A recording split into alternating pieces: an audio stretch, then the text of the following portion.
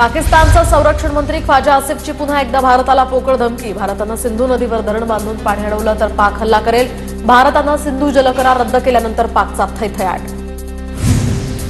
सिंधू जलकरार रद्द केल्यानंतर बिलावल भुट्टोचा जळफळाट। सिंधू नदीसाठी आम्ही टोकाची भूमिका घ्यायलाही तयार। बिलावल भुट्टोची भारताला पोकळ धमकी।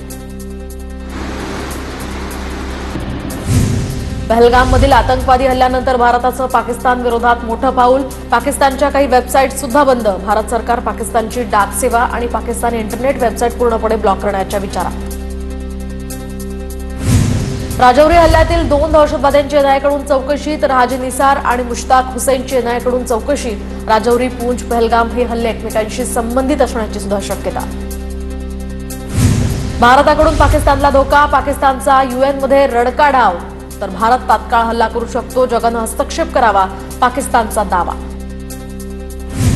अमृतसरमधील भारत-पाक सीमेवरील अटारी बॉर्डरवर शांतता। पाक नागरिकांना देश सोडण्यास परवानगी, मात्र भारतीय महिलांना पाकिस्तानात जाण्यास परवानगी नाही। पाकिस्तानचा सूचना मंत्री अताउल्ला तरार याला सुद्धा भारताचा झटका। तरार याचंही ट्विटर अकाउंट भारतात बॅन। पहलगाम हल्ल्यामुळे भारत पाकिस्तानवर हल्ला करू शकतो असा दावा तरारकडून करण्यात आला होता। भारताकडून पाकिस्तानला आणखी एक दणका। पाकिस्तानचे पंतप्रधान शहबाज शरीफचं युट्यूब चॅनल भारतात बॅन। यासह माजी पंतप्रधान इम्रान खानचे इंस्टाग्राम अकाउंट सुद्धा भारताकडून बंद। पाकिस्तान बॅलिस्टिक क्षेपणास्त्राची चाचणी घेण्याच्या तयारीत। भारताला पोकळ धमकी देण्याचा पाकचा सिलसिला सुरूच। या आठवड्यात चाचणी घेण्याची तयारी करण्यात येत असल्याची माहिती। पाकिस्तानकडून शस्त्रसंधीचं सलग 9व्या दिवशी उल्लंघन। एलओसी जवळ कुपवारा या भागामध्ये पाककडून गोळीबार। भारतीय सैन्याकडून सुद्धा पाकला जशास तसं उत्तर। भारताच्या लष्करी कारवाईची पाकिस्तानींना भीती तर पाकिस्तानकडून पीओकेतील रहिवाशांना जीवनावश्यक वस्तूंचा साठा करण्याचंही आवाहन। भारताकडून होणाऱ्या संभाव्य हल्ल्याच्या पार्श्वभूमीवर पाकिस्तानातील हवाई क्षेत्र दररोज 8 तास बंद। कराची आणि लाहोर विमानतळावर हाय अलर्ट। उत्तर प्रदेशात गंगा एक्सप्रेसवेवर लढाऊ विमानांचं नाईट लँडिंग। राफेल, जॅग्वार आणि मिराज सारख्या लढाऊ विमानांचं टेक ऑफ आणि लँडिंग ड्रिल। आपत्कालीन परिस्थितीमध्ये एक्सप्रेसवेवर विमानांचं लँडिंग करता येणार। भारत क्षेपणास्त्र चाचणी करणार। 7 मे रोजी कर्नाटकच्या करवार क्षेत्रामध्ये मिसाईल चाचणी। जम्मू काश्मीर हायकोर्टाचा 100 नागरिकांना दिलासा। दरम्यान कागदपत्रांची पडताळणी होईपर्यंत पाकिस्तानला पाठवू नका। 10 जणांना अटारी बॉर्डरवरून काश्मीरला सुखरूप पोहोचवलं।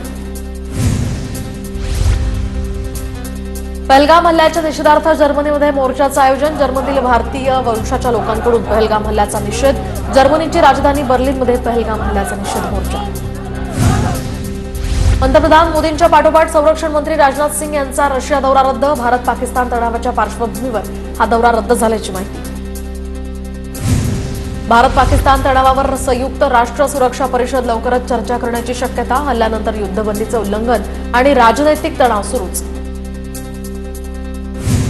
फक्त हत्यारच भारताची ताकद नाही तर आपली एकता देखील ताकद आहे। भारत-पाक तणावावरून पंतप्रधान नरेंद्र मोदींचं वक्तव्य। पहलगाम हल्ल्यासंदर्भात सरकारचं धोरण अस्पष्ट। काँग्रेस कार्यकारिणी बैठकीत मल्लिकार्जुन खरगेंचं वक्तव्य तर दहशतवादी विरोधी कारवाई संदर्भात विरोधक सरकारसोबत असल्याचीही भूमिका। भारतासोबत आमचे मैत्रीपूर्ण संबंध। फजलूर रहमाननं वैयक्तिक मत व्यक्त केलं। फजलूर रहमानच्या विधानानंतर बांगलादेश सरकारचं स्पष्टीकरण। बांगलादेशनं भारताच्या ईशान्येकडील राज्यांवर ताबा मिळवावा। निवृत्त बांगलादेशी मेजर जनरल फजलूर रहमाननं गरळ ओकली होती।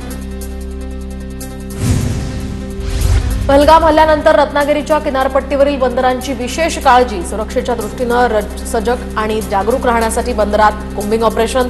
रत्नागिरी, रायगड आणि सिंधुदुर्गच्या विविध बंदरांमध्ये शोध मोहीम। काश्मीरात एवढी मोठी घटना घडल्यावर सुद्धा मोदी बिहारमध्ये गेले। युद्धाची चर्चा असताना मोदी 9 तास मुंबईत होते। मोदींच्या चेहऱ्याकडे पाहून चिंता दिसत नाही। संजय राऊतांची प्रतिक्रिया। हत्याकांडाला शहा जबाबदार। मोदींनी त्यांना पदावर का ठेवलं? चूक मान्य केल्यावर शहांना शिक्षा मिळायला नको का? अमित शहांचा राजीनामा घ्यावा, राऊतांची मागणी।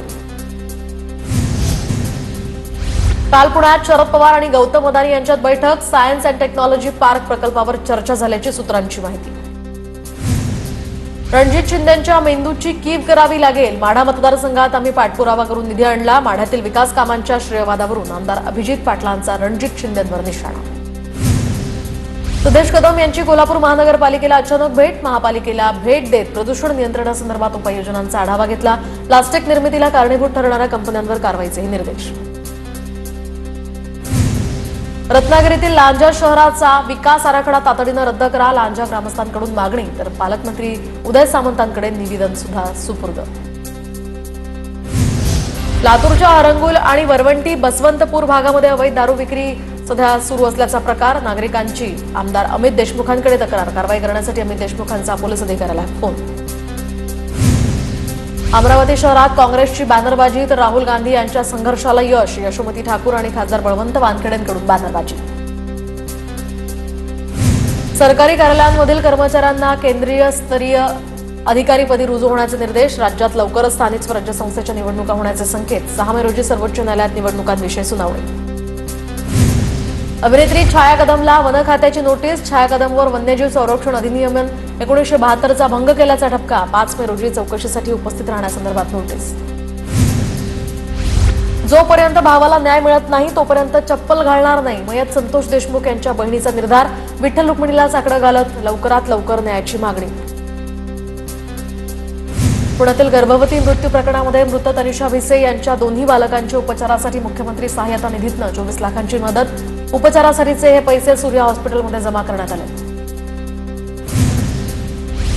भिवंडी शहरात महिलेची 3 मुलींसह आत्महत्या. 3 मुलींसह गळफास घेऊन आत्महत्या केल्याची माहिती. आत्महत्येचं कारण मात्र अद्याप अस्पष्ट. खडकवासला धरणातनं एका दिवसाआड पाणी कपातीचा निर्णय, तर शहरात 1 दिवस रोटेशन पद्धतीनं होणार पाणी कपात. पुणे महापालिकेकडनं वेळापत्रकही जाहीर. नाशिकच्या मालेगावमध्ये तीव्र उन्हाच्या चटक्यानं शेवग्याच्या उत्पादनात घट, तर अनेक शेतकऱ्यांची शेवग्याची झाडं वाळली. शेतकऱ्यांमध्ये यामुळे चिंतेचं वातावरण. नाशिकच्या मालेगावात पाण्याअभावी सुशोभीकरणासाठी लावलेली झाडं सुद्धा सुकली. शहरातील झाडांकडे मनपाचं मात्र दुर्लक्ष. झाडांना पाणी देण्याची पर्यावरण प्रेमींची मागणी. छत्रपती संभाजीनगरमध्ये मे महिन्यात कमाल तापमान 40च्या पुढे. नाथसागरातनं सर्वाधिक बाष्पीभवन. 6 दिवसांचं पाणी 12 दिवसात संपलं. जायकवाडी धरणामध्ये 39% पाणीसाठा सध्या शिल्लक.